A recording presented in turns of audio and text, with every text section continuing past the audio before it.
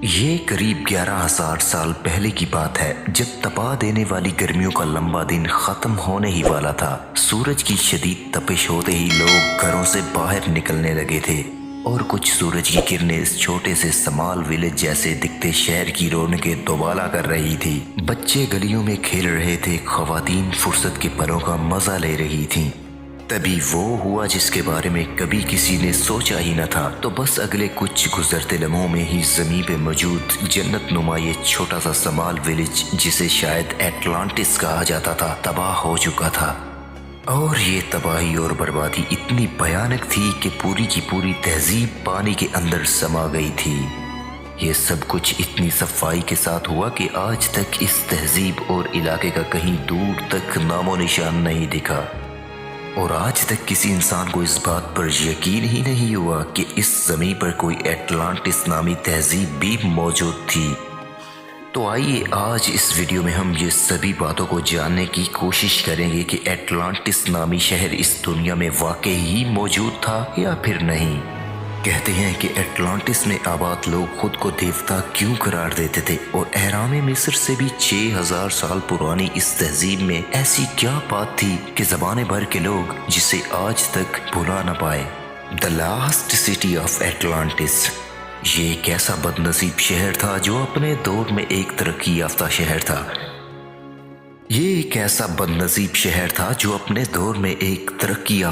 کہلاتا تھا۔ اس شہر کا ذکر سب سے پہلے یونان کے فلسفی فیمس افلاطون نے 2300 سال پہلے اپنی کتاب میں کہا تھا۔ افلاطون کے مطابق یہ شہر اس کے وقت سے 9,000 سال پہلے اس دنیا میں موجود تھا۔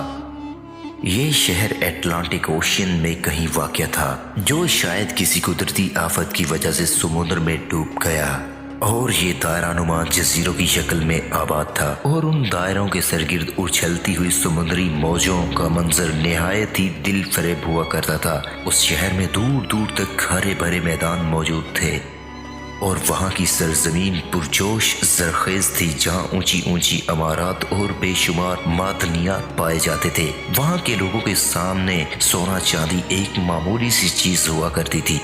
ایٹلانٹس میں عالیشان محل اور عبادت گاہیں موجود تھیں۔ اگر ان تعمیرات کے آگے اہرام مصر، دیوار چین، یا پھر تاج محل یا پھر برج خلیفہ کی بات کریں تو وہ ان کے آگے کم پڑ سکتی ہیں، اور یہ سبھی ایٹلانٹس کے آرکیٹیکچر کی برابری نہیں کر سکتے تھے۔ ایٹلانٹس کی عمارتیں جیسے وہ شہر سپنوں کی دنیا کا شہر تھا۔ وہاں کے لوگ ٹیکنالوجی میں بہت ماہر تھے۔ پلیٹو نامی فلسفی نے یہ بھی لکھا تھا کہ ایٹلانٹس کے لوگوں میں جادوئی طاقتیں ہوا کرتی تھی، جس کی وجہ سے وہ لوگ خود کو دیوتاؤں سے کم نہیں سمجھتے تھے۔ پلیٹو کے مطابق ایٹلانٹس کے لوگوں کے پاس اتنی زیادہ دولت تھی جتنی کسی بادشاہ کے پاس نہیں ہوتی تھی۔ ایٹلانٹس کسی جزیرے پر آباد تھا۔ وہاں قدرتی ماحول بہت شاندار تھا، جس میں ایک پرفیکٹ بیلنس بنا ہوا تھا۔ ایٹلانٹس کی جدید ترقی کے متعلق ماہرین نے لکھا ہے کہ اس قوم نے وزنی چٹانوں کے ذریعے اونچی اونچی عمارات بنا رکھی تھیں۔ اس کے علاوہ شیشے سے توانائی حاصل کرنے کا طریقہ بھی ایجاد کیا تھا، جبکہ ان کے بحری جہاز پوری دنیا میں تجارت کے لیے جایا کرتے تھے۔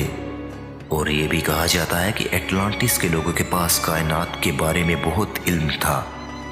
پلیٹو نے ایٹلانٹس میں بنے ایک عظیم بت کا بھی ذکر کیا ہے، جو خالص سونے کا بنا ہوا تھا، جسے سمندر کے دیوتا کے طور پر پوجا جاتا تھا۔ اور یہ بھی کہا جاتا ہے کہ وہاں کے لوگوں کے پاس ایسی مخصوص ٹیکنالوجی تھی جس کی مدد سے وہ ہوائی سفر بھی کیا کرتے تھے۔ لیکن ایک طرف جہاں افلاطون نے ایٹلانٹس کے لوگوں کی تعریف کی ہے، وہاں دوسری طرف ان کی برائیاں کا بھی ذکر موجود ہے۔ پلیٹو کے بقول انہی وجوہات سے اس قوم پر خدا کا عذاب نازل ہوا تھا۔ کہتے ہیں کہ ایٹلانٹس کے لوگ اپنی ٹیکنالوجی کی پاور اور دیوتائی شکتیوں پر گھمنڈ کر بیٹھے اور خود کو سب سے مہان سمجھنے لگے۔ انہوں نے اپنے علاقے کو مزید طاقتور بنانے کے لیے دوسرے علاقوں پر حملہ کرنا شروع کر دیا اور بے شمار لوگوں کا قتل عام کیا۔ وہ سوائے ایتھس کے تمام یورپ اور مغربی ممالک پر قبضہ کر چکے تھے، یہاں تک کہ ایٹلانٹس کے لوگ نہایت ہی عیش و عشرت کی زندگی گزارنے لگے اور ہر طرح کے گناہوں میں ملوث ہو گئے، جس کا نتیجہ یہ نکلا کہ ایٹلانٹس شہر کو خدا کے عذاب کا سامنا کرنا پڑا۔ پلیٹو کے مطابق